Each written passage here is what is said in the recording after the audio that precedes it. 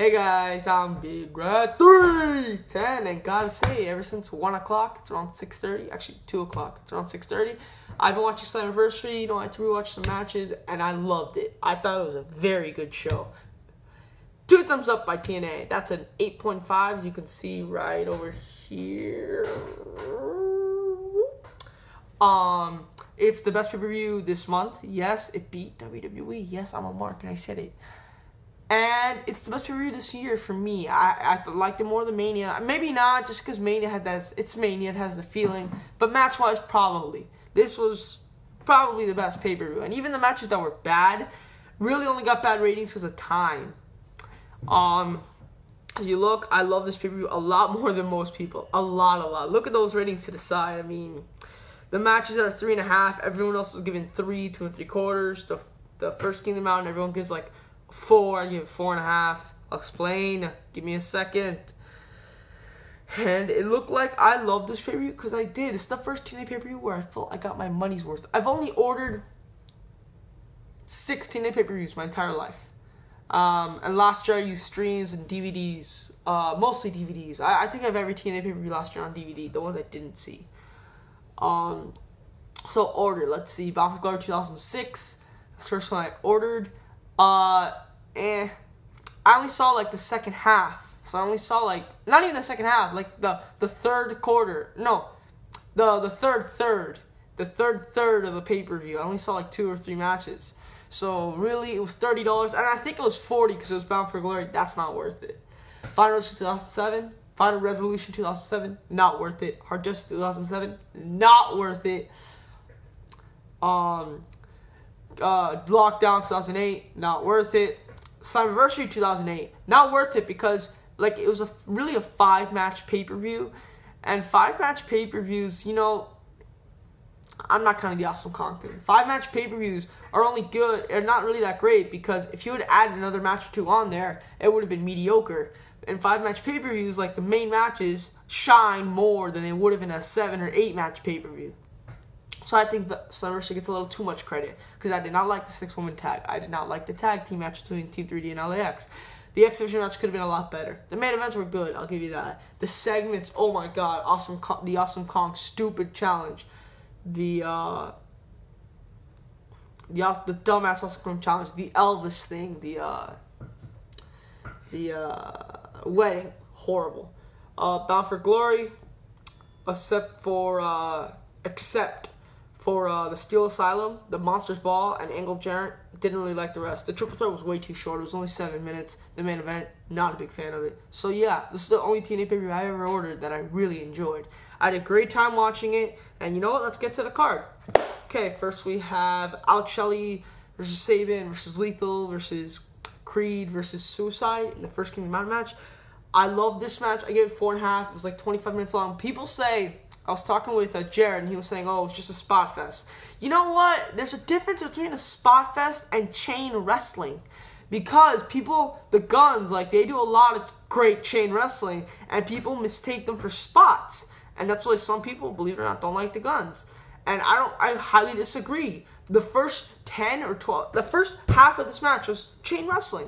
Until around Sabin did his move off the ladder, off the penalty box. That's when it kind of turned into a slight spot fest. And even then, it still wasn't that bad. This just had great chain wrestling. And the spots were amazing. I love seeing the elbow to Sabin. I loved seeing when a Suicide suplexed Creed onto the ladder and Lethal flipped over. I was marking out like crazy.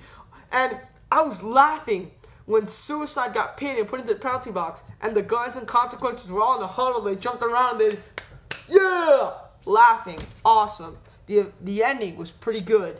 So honestly, I'm giving this 4.5 stars. I thought it was a very good match. And in my opinion, it wasn't that big of a spot fest. The Terror Dome at Sacrifice last year, that's a spot fest. This had great chain wrestling. And now a slight rant. When I do my TNA versus WWE mid-card, this is what I'm talking about. The Guns never fought each other, unless you count when Shelley when Sabin lied down so Shelley can pin him, or Lethal Consequences never fought each other, which disappointed me because they're X Division wrestlers, and this proves Black Cat Felines' point that they're floaters because they worked primarily as a tag team. In fact, they hit each other, the teams hit each other, and for the first 10 minutes, they didn't. They only hit Suicide. They acted as tag teams and not as an X Division wrestler. And that's what Black Cat Feline was talking about when she said in TNA there's a lot of floaters in the mid-card division and it's not a stable division. This is her point. This is their point.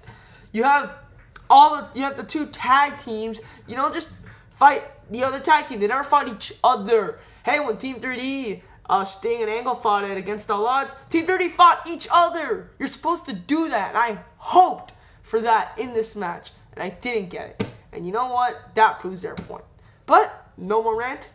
4.5 stars. Amazing, amazing. Hey, LV gave it a 5, so don't criticize me too much. Oh, as you see, I'm wearing my Miami Heat shirt.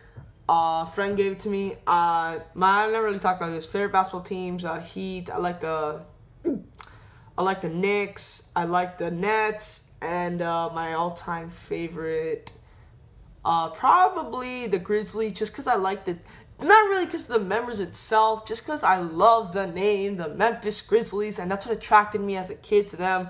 I have a bunch of jerseys in my room, which I'll show you another day. Today, I guess I decided to put on this one. Okay, and now back to the card, Daniels versus Douglas. This was not that bad of a match. I was into it. I was not bored. I mean, Douglas was hurt. Come on, give him that. And that's why they ended the match short. And they did a bunch of headlocks and stuff. And people got bored. But you know what? I was into the headlocks. I was into the 2 moonsaults. I was into Daniels' kick to Douglas' head. And Daniels' damn, I can't remember the name. It's like a Canadian name for the suplex.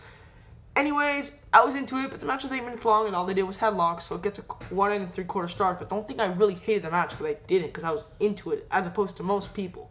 So I didn't really shit on the match. I had to give it that rating. Kind of like Batista Orton in the cage. I didn't think that match was bad, but it was so short. I mean, I couldn't give it anything higher than 2.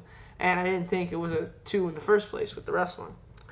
Angelina Love versus Tara. Worst match of the night, in my opinion. This was only 7 minutes long, but really, I was bored. I had to rewatch this match also. They didn't do much in this match. They just kind of walked around. And the one good spot was when Victoria did her move that I loved so much. She did in the WWE, and she botched it. Well, she didn't. She hit it, but it was sloppy. You know, she fumbled, or like she couldn't get her balance when she fell on the floor.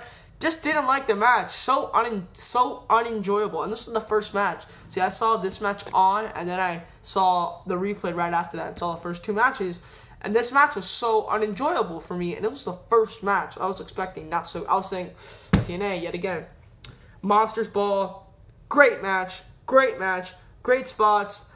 I give it 3.5. A lot of people give it 3 1/4 just because you got to give Daffney and Taylor Wilde some credit. They worked really hard, and they did it in a Monsters Ball. My favorite spot is probably when Taylor Wilde banged the 2 things against Daffney's head, and then Daffney fell on the steps. That shit hurt. And Daffney went through the tacks. You know what? Great job to both of you girls. I did not expect much from this. And this was a pretty good Monsters Ball. My only problem, A, you had one last month, and B, when you have it at Bound for Glory, it's not going to be special anymore because you've already had 2 this year. So that's my only problem with the Monsters Ball. They couldn't have said no DQ. Did they really have to say Monsters Ball? Still, I thought it was a pretty good match. A lot of false finishes at the end, like a lot. Like I think I counted 5 or 6, and that was pretty cool to see. This is the only match when going into it I didn't know who won.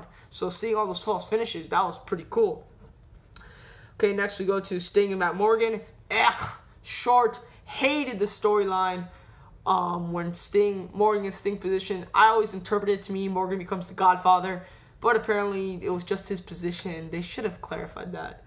It was a bland match. Sting botched Scorpion Death Drop when he tried to do it after Morgan's elevator. It was like okay. And bland means like, you know, okay. I didn't really hate it. Like I said, it was short and they didn't do much. But I thought this was a little better than Daniels Douglas because it actually did grapple moves aside from headlocks and arm bars. So this gets a 2. T3 versus Beer Money. I was really into this one. I was really into Team 3D doing their double team moves. Beer Money doing their single chain wrestling. I was into it. I was into, you know, the leg drop while Bubba Ray Dudley had him in the side slam. I was into it, and I gave it 3.5. It was like 16 minutes, plus the interference, plus the title change. Yeah, I really enjoyed the match.